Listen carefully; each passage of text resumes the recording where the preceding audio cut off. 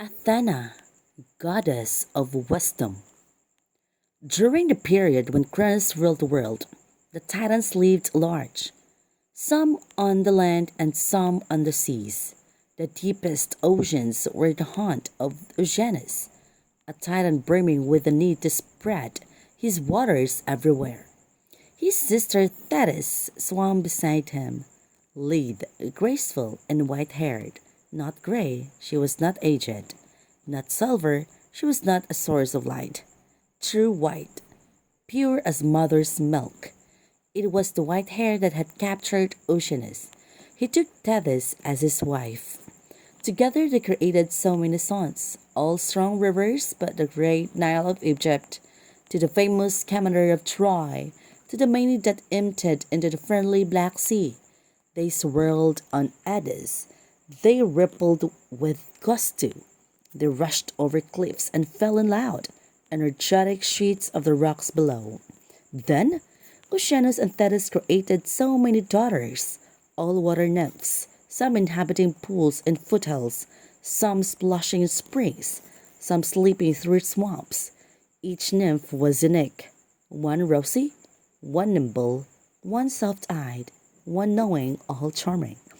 When Zeus, the youngest son of Cronus, deposed his father and took his place in the throne as king of the universe, his eye fell on one of these nymphs, and it was indeed charmed. Metis, known as the Wise One, seemed to flow like water to Zeus, cool and soothing. Watching her was like swimming in a clear, bubbling spring. He was smitten, and since he was king and felt he deserved anything he wanted, he simply took her as his wife. Metis soon had a child growing within her. That's when Zeus' grandmother Gaia and grandfather Uranus gave him the ugly warning that by now he almost expected. Metis would bear him a daughter and then a son, and the son would be invincible. That splendid son, that wretched and hateful son. He would overcome his father. The curse felt never-ending. Uranus was overcome by his son Cronus, was overcome by his son Zeus, and now Zeus would be overcome by the son that Metis was fated to bear him. Zeus would have none of it.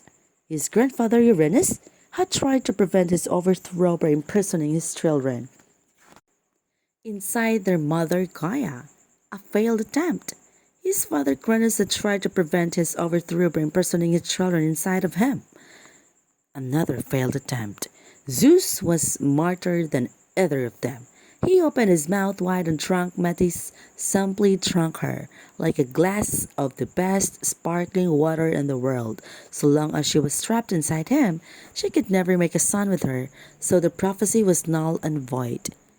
Zeus went on to take other wives, a long series of them, and all the while within him, Metis lodged around the growing babe, rocking her lovingly, and the baby experienced the world from inside her mother, inside her father.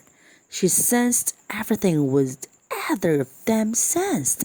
She grew wiser than both. Time passed and Zeus felt queasy, as though his stomach would burst. Then the pressure moved to behind his eyes and nearly blinded him. His temples throbbed, his hair stood on end, and from her forehead sprang the goddess Athena, whole and solid and heavily armed. The gray-eyed girl looked around, completely alert and completely wise. She took her place among the Olympian gods and watched, with those gray eyes, ever ready for the chance to advise the belligerent, to strategize with warriors, to lead soldiers into battle.